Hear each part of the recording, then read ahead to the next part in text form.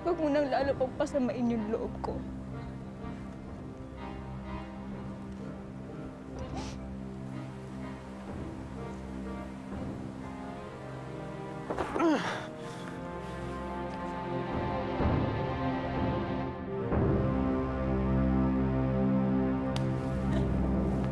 Success!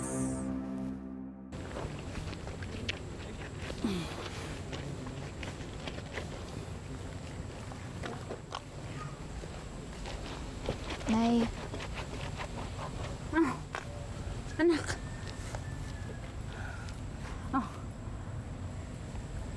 Bakit?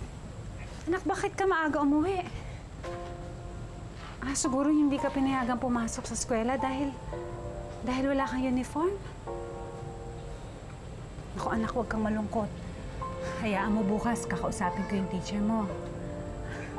Pakiusapan ko na lang siya na payagan ka. Ha?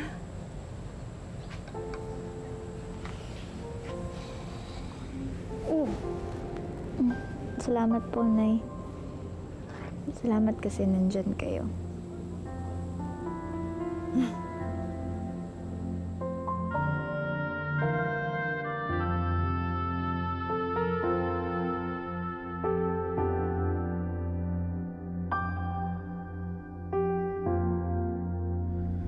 Hindi ako nagpadala doon sa gustong mangyari ni Becca. Hindi ko masasabi yung nasabi ko eh. Hindi ko masasaktan si Mariposa. Sir, ano balak mong gawin?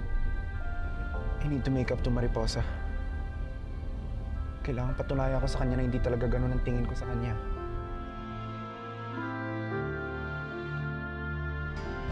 Nay, mauna na po kayo!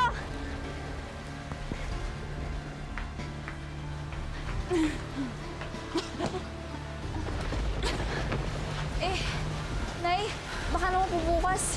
Tumila na to. Araw na po bukas. Oh, Nahihilo. dadalhin ko na po kayo sa ospital. Tara, tara. Oh!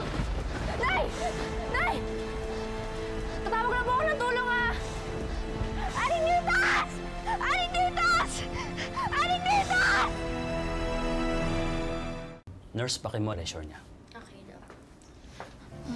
Doc, may sakit po kasi sa puso yung nanay ko eh.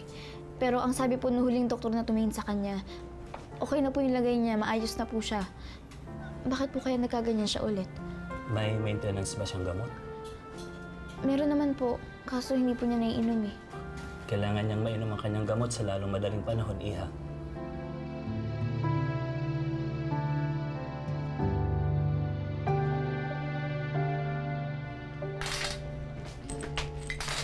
Mami! Ito pa ako kay Tita Amalia yata to. Yan ang gagawin natin dito. Ano yung pa natin yan? Tapong mo na yan. Tapon? Dami nilang kalat. Ano ba to? Oo nga eh. Itong mga bag na dumi. Ano mo to? Ano ba to? Ko? Oh, anong ginagawa mo dito? Aba, kapal din ang mukha mo, no? Di ba sabi mo sa nanay mo, lumayas na kayo dito? Ano ba ginagawa mo dito, ha? Lumayas ka nga! Ayaw ko nakikita pagmumukha mo. Gusto ko pong kunin yung gamot ni Inay. Nasa ospital po siya ngayon. Kailangan niyo pong uminom ng gamot. Wala akong pakialam sa inyong mag-ina. Lumayas ka na! Siya, kahit alang-alang sa kapatid niyo, ibalik niyo na po sa akin yung gamot.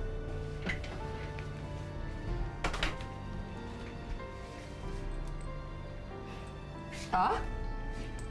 Ito, gusto mo?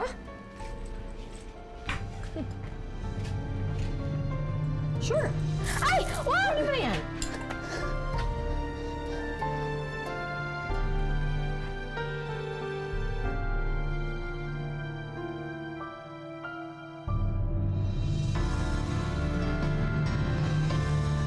Nurse, nasaan na yung anak ko? Bumibili lang po ng gamot ninyo. Gamot ko? Eh, wala yung pera. Saan kukuha na pambili yun?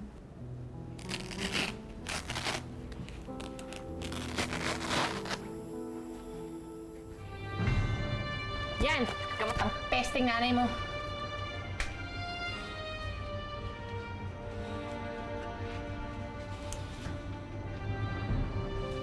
Buti mo pa yung nasa labas, oh. Total, bagay ka naman sa lapag, eh. Higad ka, di ba? Oh, ayan pa. Pulutin mo na. Oh? Buti nga pala nilayo mo na si Inigo kanina. Natauhan ka na, no? Ayaw niya sa mga pangit na kagaya mo. Oh, oh, oh, oh, oh, oh. Ay, sorry.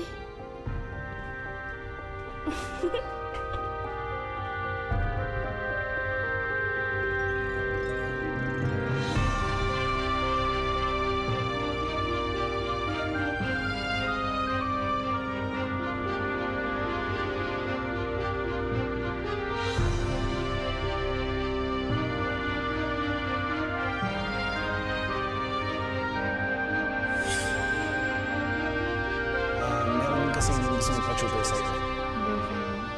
Pinsan ko. Nagkausap na kami ni Mami. She's not firing you. Thank you! Ayan. Mas okay, di ba?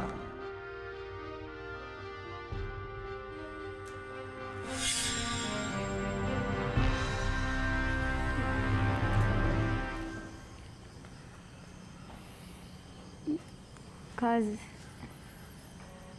sad ka ba dahil umalis si Mariposa? I'm sad dahil nasaktan ko siya. I know what you mean. Siguro, it's best na layuan mo muna siya. Give her space. Si Mom nga tsaka si Dad, paratan lang nasasaktan yung isa't isa. Kaya they both decided to separate na lang. Sabi nila, that will be best for all of us.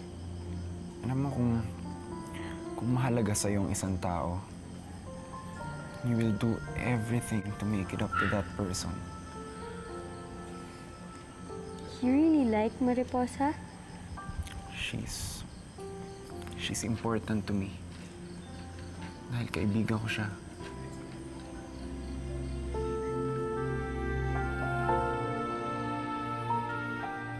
Saan ka kumuha ng pambili ng gamot? Hindi po, Nay. Kinuha ko po ulit kay Tita Belen yung gamot niyo. May kapalit ba ang pagbigay niya ng gamot ko sa'yo? Kilala ko si Ate Belen. Hindi niya gagawin yon kung wala siyang makukuha. Nakiusap po ako kay Tita Belen. Siguro po naawa na rin po siya sa lagay niyo. Sa susunod, anak, huwag ka nang ulit lalapit kay Ate Belen, ha? Kahit na ano pang mangyari. Alam ko kung anong pwede niyang gawin sa'yo. Ha?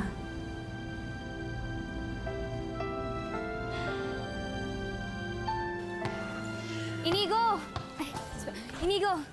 Peace offering ko nga pala. Didn't I tell you to stay away from me? Alam mo, Inigo, hindi ako mabilis sumuko. Kaya kung ako sa'yo, bigyan mo na lang ako ng chance na maging close sa'yo. Alam kong pinarinig mo kay Mariposa ay usapan natin tungkol sa itsura niya. Tingin mo ngayon gugustuhin ko pa makipagkaibigan sa'yo.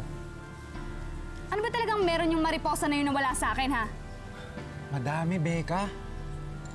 Mabait siya, masipag, responsable. Yung mga yon wala yun sa'yo. Kaya huwag ka nang umasang gusto pa kita maging kaibigan. Sandali. Okay lang, Desmond. Tara na nga.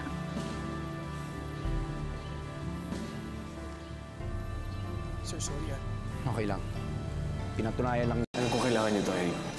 Sawa na ako sa mga lalaking katulad mo. Nang tingin sa akin mahina. Pag lumapit ka pa kay Eric, susuplong kita sa pulis. Sino yung kasama? Tatay niya, Kuya. Siya na lang siya. Damay-damay na to. Kuya mo, Ganun pa rin nung iniwan ko. idaan niyo na siya sa kabilang exit. Aabangan ko kayo sa labas. Mama, dito na po. Bababa na. Hindi mo kami titigilan, ha? Hindi talaga dahil akin siya! Ubing Padlang.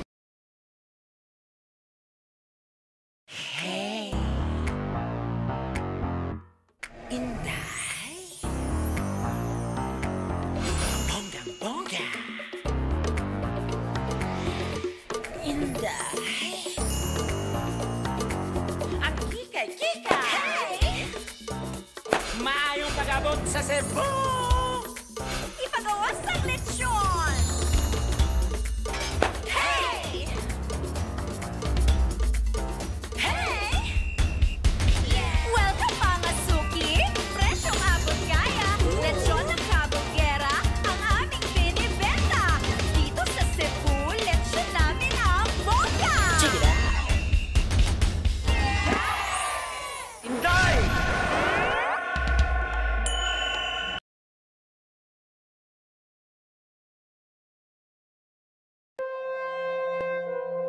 Dito ko unang nakita ang mga mulawin. Isang buhay. Nanganganib ang buhay ng anak ko. Papatayin ko siya. Bago pa niya ako maunahan. Ang malalagas. Agilus, patnubahin mong anak natin si Almiro.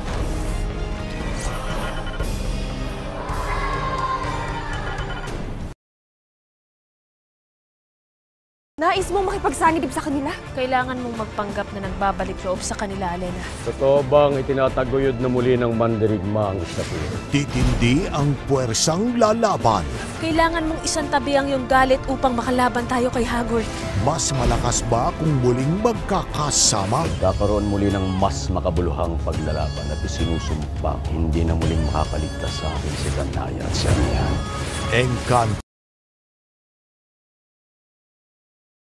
Sa kauna-unahang pagkakataon sa Philippine Television, mapapanood nyo na ang first ever reality sitcom, ang Pepito Manaloto. Makatotohanang katatawanan ang ibibigay sa inyo ng latest brainchild ni comedy genius Michael D. Pepito Manaloto. Mapapanood nyo na ngayong March 20 sa Comedy Capital of the Philippines, GMA.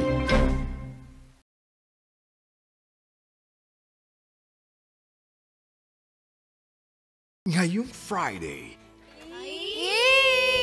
Popogi ka. Birthday ng asawa mo. Asawa? I like your card. Buti naman may pangalan mo na. Buti na lang may pangalan ko na. May mabubuong tensyon sa barkada. Aminin mo na na ikaw yung secret admirer ni Camille. Wish ko na sana magtuloy-tuloy na maging okay tayo. Happy birthday ulit, ha? Love.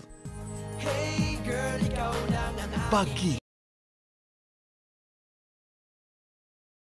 Pwede nyo nang iuwi si Baby JR. Salamat kay Hiner. Tinapot niya ako, tapos sinigawan niya ako. Huwag ka naman pabebe, Liza. Mabubulag ng selos si Liza. Gusto mo na bang hawakan si Baby JR? Ayoko. Kumpleto na kayo tiga-ibang planeta. Magkakapatid pa naman tayo. Taga-ibang planeta ka rin. Napakahirap bang maging mabuting anak? Oo naman. Ida! Papa, bakit pinahihiyakap si Ate Ida? Anak, hindi nila magagawa yun ng papa mo. Kung ayaw na sila paalisin, ako na lang aalis. Parehas kayo ng nanay mo. Sinungaling! Sa kanyang pamamaala, Umalis ko si Lisa! Ayaw ko magpapigil! mga nganib ang buhay niya. Flora.